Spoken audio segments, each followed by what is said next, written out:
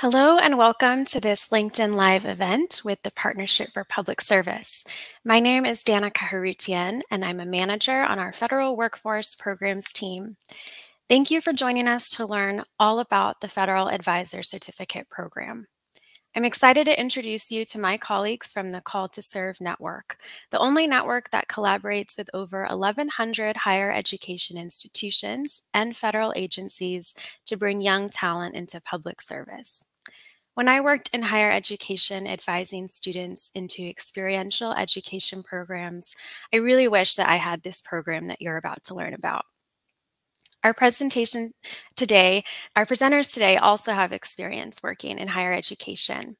My colleague Katy Hogan is a senior manager who leads the partnership strategy to inspire the next generation into public service careers. She manages several key federal internship programs and oversees the Call to Serve network of colleges and universities. Previously, Katy directed Ohio State University's Washington, D.C. internship and fellowship programs through the John Glenn College of Public Affairs, and also taught professional development courses at Ohio State for both undergraduate and graduate students with curriculum focused on federal careers. Yeni is a manager on the Call to Serve team who plays a leading role in the implementation of the Future Leaders in Public Service internship program and also supports employee engagement services for federal agencies. Recently, she led international and intercultural education programs in the Office of Global Learning Initiatives at Florida International University. I'll be monitoring the chat for questions throughout this event. In the meantime, over to you, Katy and Yeni. Thank you so much, Danica, for this introduction.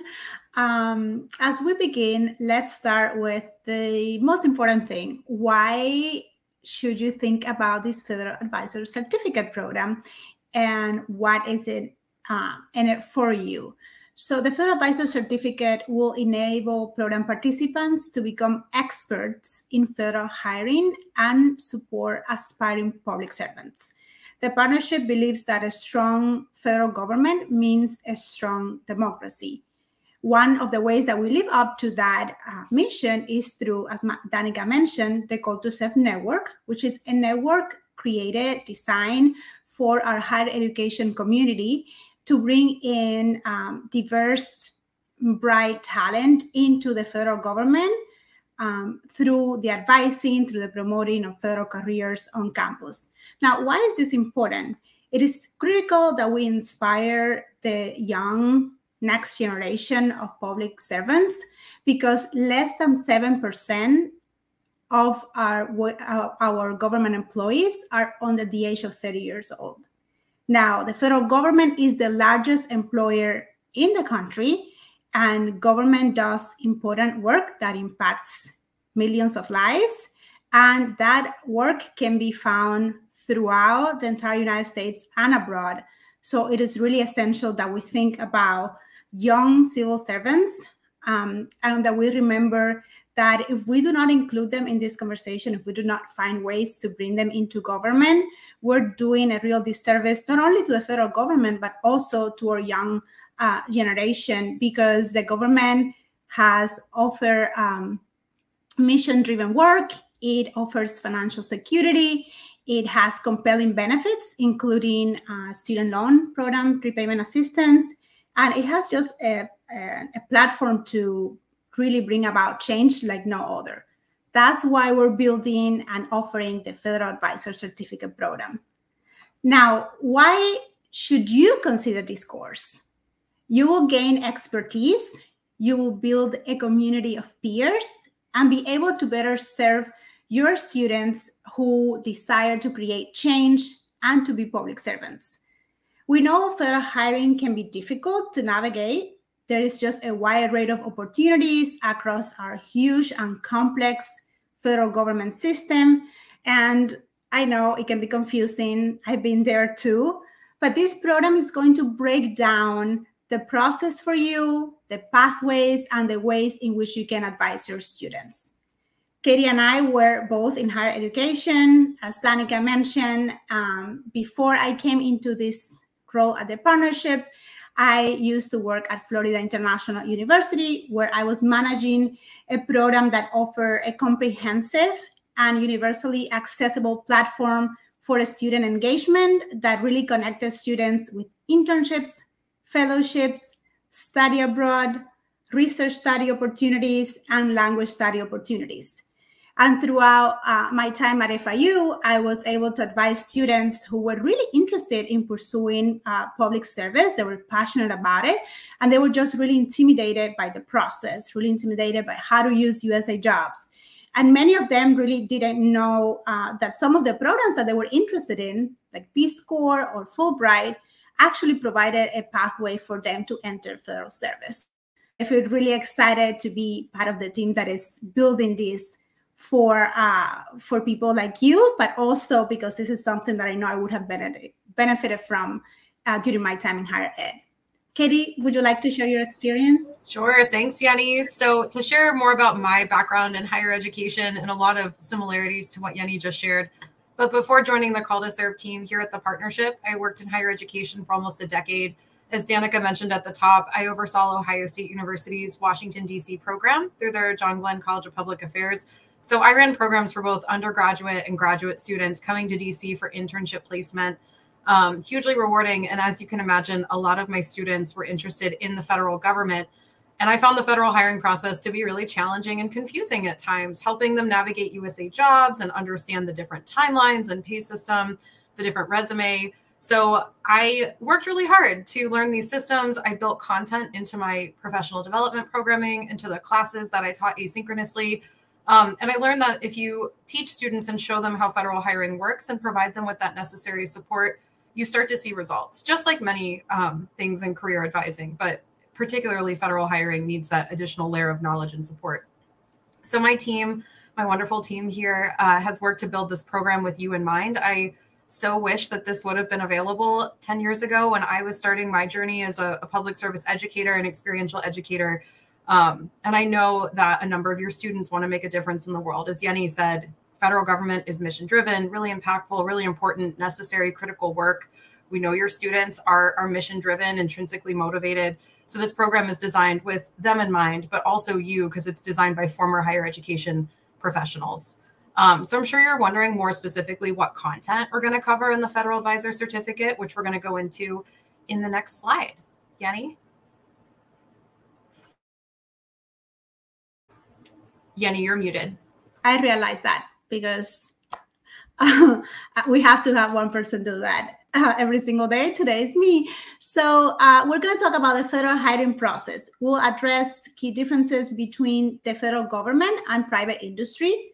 We're also going to talk about how to navigate USA Jobs, how to write a federal resume, and what to expect in a background check. We cover a detailed overview of the different steps in the federal hiring process, and we bring in interviews with hiring managers. And we also include information on special populations like veterans and people with disabilities. Another really big bucket of this certificate is the avenues for students and recent grads to enter federal public service. So there are many different ways to enter government, as you know. So we'll cover which opportunities exist, where to find them, and how to submit a competitive application. We'll also address programs like AmeriCorps and Peace Corps and address which benefits those programs brings for the applicants and the opportunities to build a career in public service. We're going to take a really deep dive into federal career fields because, as you know, government is just not only for folks interested in political science and public administration. There's a space for every single one of us in the federal government. So we're going to look at all the options that are available. You get to hear directly from federal employees on the inside and think about how you can bring these messages back to your students. And finally, we're going to really look into the insights from subject matter experts across the federal government. So this is one of the most exciting aspects of the program. We bring in voices from government so you can understand from the government directly how to get in and what a career inside the government looks like. Now, Katy mentioned at the beginning that we use a learning management system called Moodle. For some of you, Canva might be someone that you're familiar with. So we're going to briefly show you what a module in Moodle for this course looks like. Thanks, Yeni. So our colleague Logan is getting Moodle pulled up. So I know a lot of you work in higher education, are familiar with learning management systems. We utilize Moodle, which, as Yeni said, really similar to Canvas. So here you can see that this is what week 1 looks like. So you're getting a little bit of a preview, but it's organized really nicely. Each week, you're going to have a start here that clearly lays out expectations, objectives, learning goals for the week, what assignments are due, what capstone components, which we're going to talk about in a second, are due. And then you have your different topics related to federal career advising broken down by module. There are pulse quizzes. I do want to say this is not like a course where you're being graded. It's participation driven. But so when you hear things like quiz or assignment, it is more about your learning, growth, and development as a professional and less about a punitive grading system. So I did want to say that. But as you can see here, everything's laid out really nicely.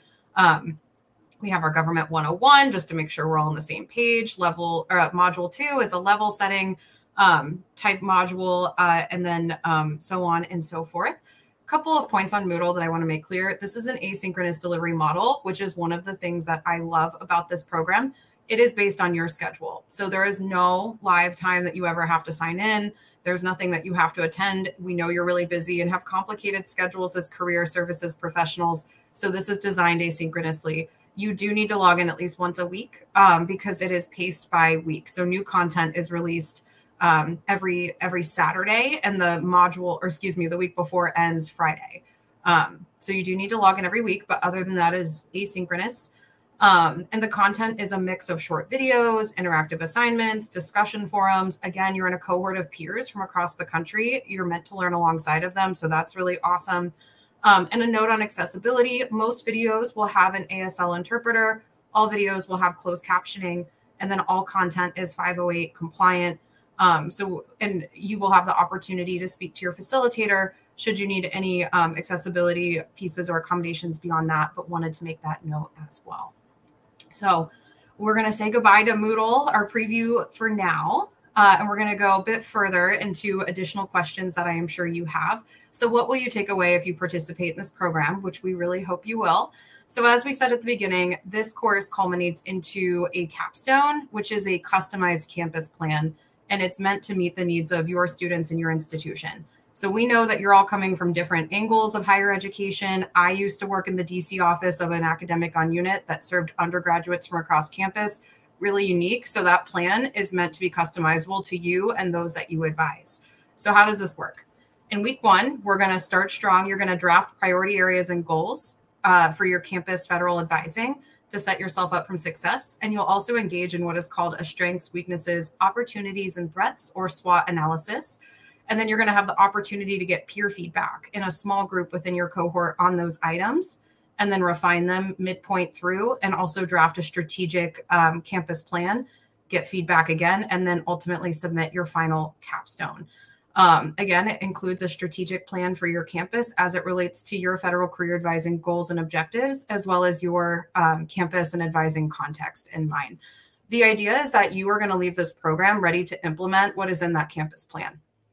So Yeni is going to talk more about what you see here, but we're going to give you another preview of some materials. So I should say everything I just talked about comes with resources, comes with peer feedback, comes with tools and materials to help you through those pieces in a supported way. So Yeni's going to talk more about the SWOT analysis that I referenced.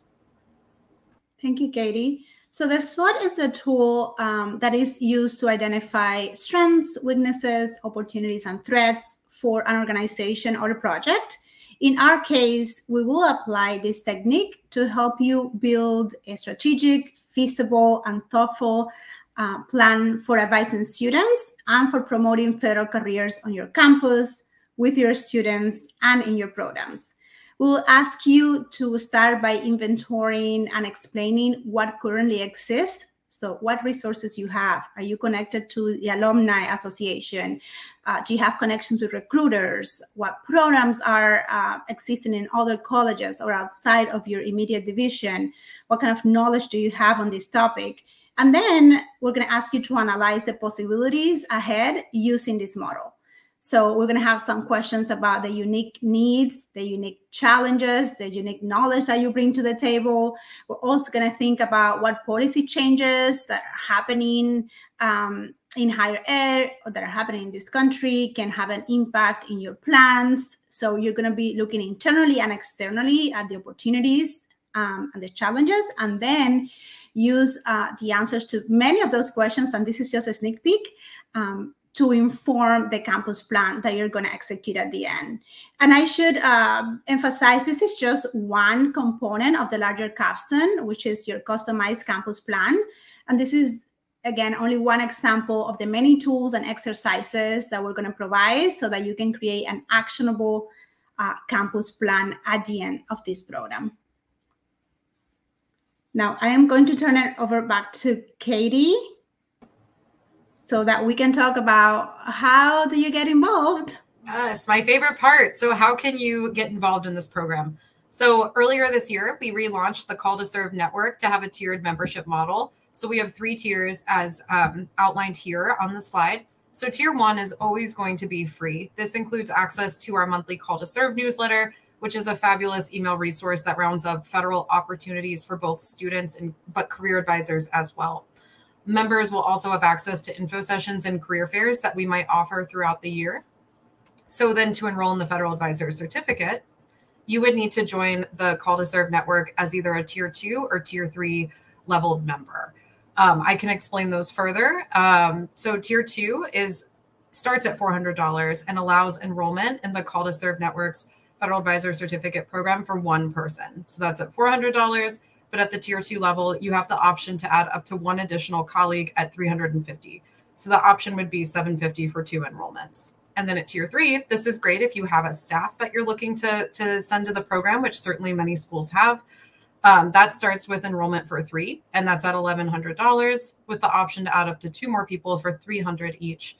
So that would increase the price to either $1,400 if you add 1 additional person or a total of 4, or $1,700 if you add an additional 2 for a total of 5.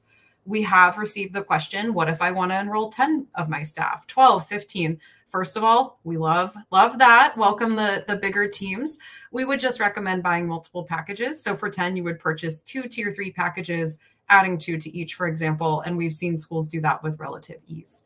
We do have capacity limits and are currently over half capacity for summer 2023. So we would encourage you to, if you're really interested in summer, enroll in the next couple of weeks. But the good news is we will have future sessions. So if you would like to do fall, we'll start enrolling in August, and you can look to the Call to Serve network monthly emails for updates, and of course on our website as well.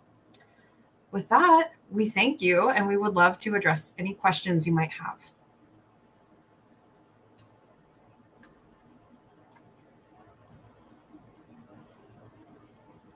Yeah, thank you. I can take this one. How much time do the weekly assignments typically take? This is a wonderful question, and thank you for joining us.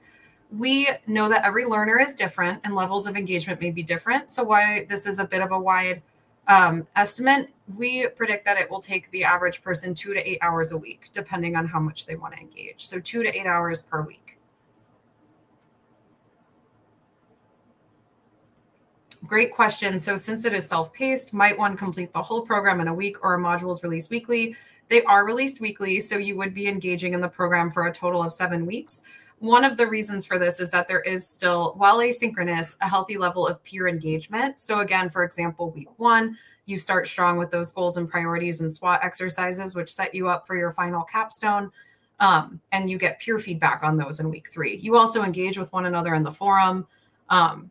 I'm just really excited for the peer engagement piece. I wish I could have had a network of peers that also coach students through federal careers. But for those reasons, it is not self-paced. It's asynchronous and released weekly.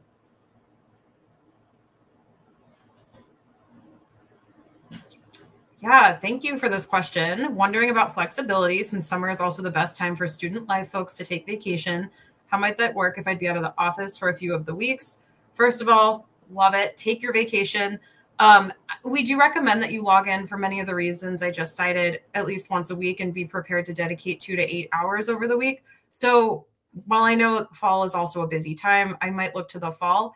Again, enrollment should open in August for that. And we're looking to launch that program still tentatively, but likely mid to late October going through November.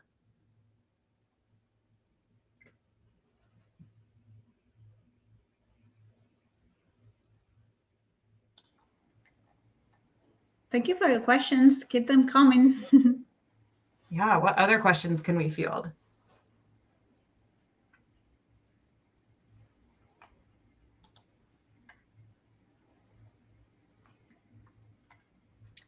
Yeah. Yeni, do you want to take this one or would you like me to? Absolutely. Yes. Is the customized campus plan capstone done as a group with your fellow colleagues at the same university? It is an individual final product, but we encourage that you collaborate. If you have other colleagues in your cohort that are completing the course with you, that you collaborate and that you share resources and insights about what you're learning so that you can really maximize the impact that you have when you go back. But each one of you is going to have to turn in like your customized plan, and we'll know that you will actually welcome the opportunity of you to collaborate with one another and discuss what you're working on. Anything you want to add, Katy? No, I just, I know some folks that have been registering larger teams have asked if they'll all be in the same cohort.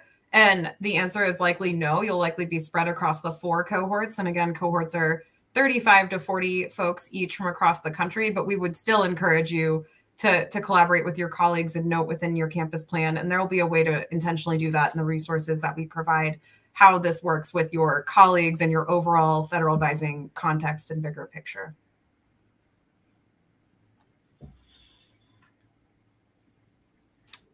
Awesome. Okay. 10 years prior experience in higher ed, 10 years as a federal employee.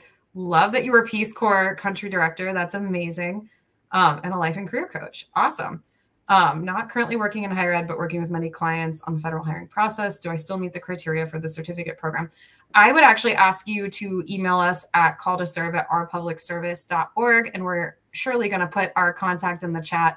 And I would love to address that and understand your needs a little bit more to make sure it's the right fit. Thanks for being here. And thanks for your Peace Corps service. Awesome.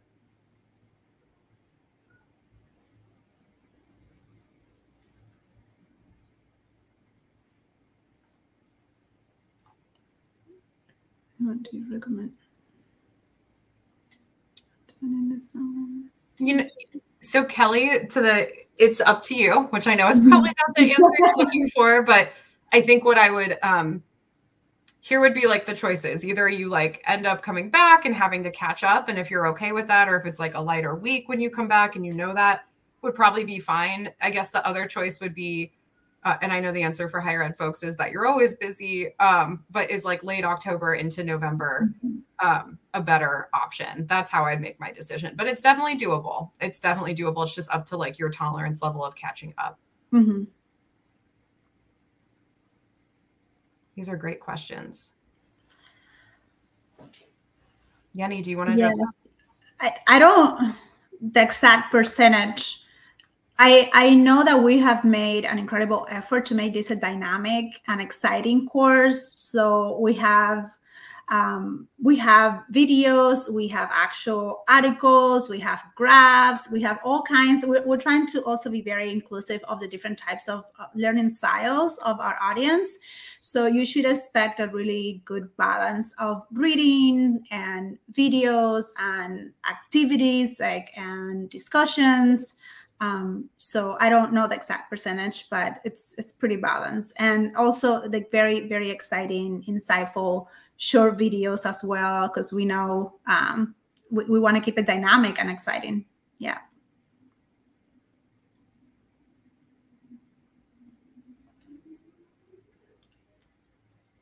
Yeah. Yeni, would you like me to get this one, or would you like Yes. Yeah, you can take it. So I don't have the exact statistics, but what I can say is that 85% of federal employees are outside of the greater DC area. So for example, California comes to mind, over 126,000 federal employees located in the state of California, for example. I believe over 44,000 in the state of New York. So there are opportunities everywhere, and that doesn't even address the opportunities that exist abroad. And the course absolutely covers that as well. Again, the program is designed to serve a diverse range of people within career advising from across the country.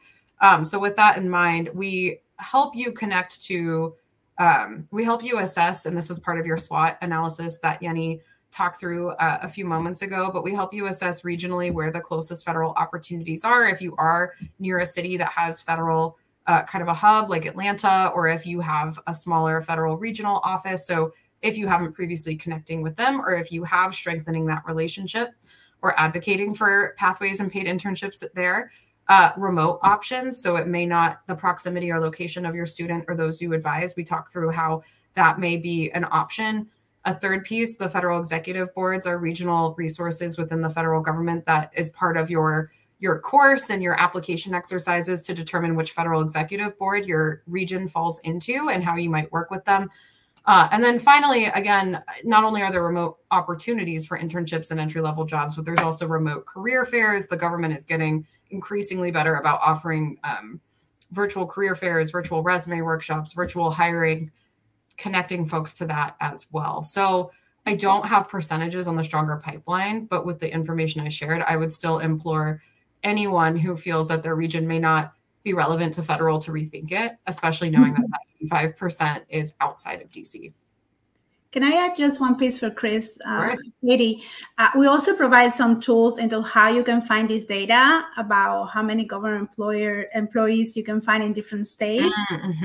So I don't want to give too much away, but like we have really, really insightful tools to make sure that you are able to then go back to campus and really find out like how many employees, how many opportunities, from what backgrounds, from what majors, from what degrees. So yeah, that piece is also very exciting. Yes, thank you, Yeni.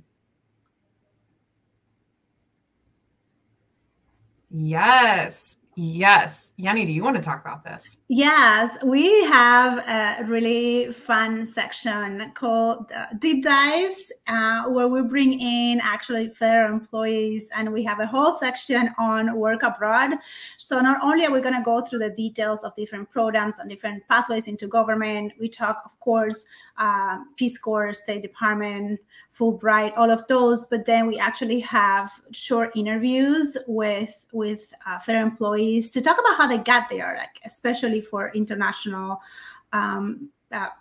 for applicants who are interested in international work. So absolutely. I also don't want to give like too much away, but we do a State Department intern who had a paid internship that put her with the State Department abroad in India, which is pretty incredible. So she talks all about how she accomplished that, what her career advisor could have done, and what they did do that helped her.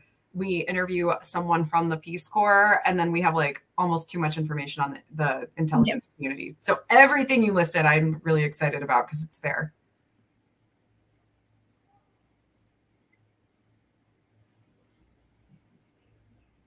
I think that concludes the LinkedIn Live. I want to thank you all for coming. I know you're all really busy, especially at the end of the academic term. Hope you're all enjoying spring. In the chat, our wonderful colleague Danica, who's an alumna of Fulbright, I should have mentioned that as well, is putting our email in the chat, but we would love to connect with you. Please reach out. Yeah. And looking forward to having you on the program. Thank you. Thank you so much for joining us today. The email is in the chat, and we hope to see you in our summer cohort of the Federal Advisor Certificate Program. Thanks, everyone.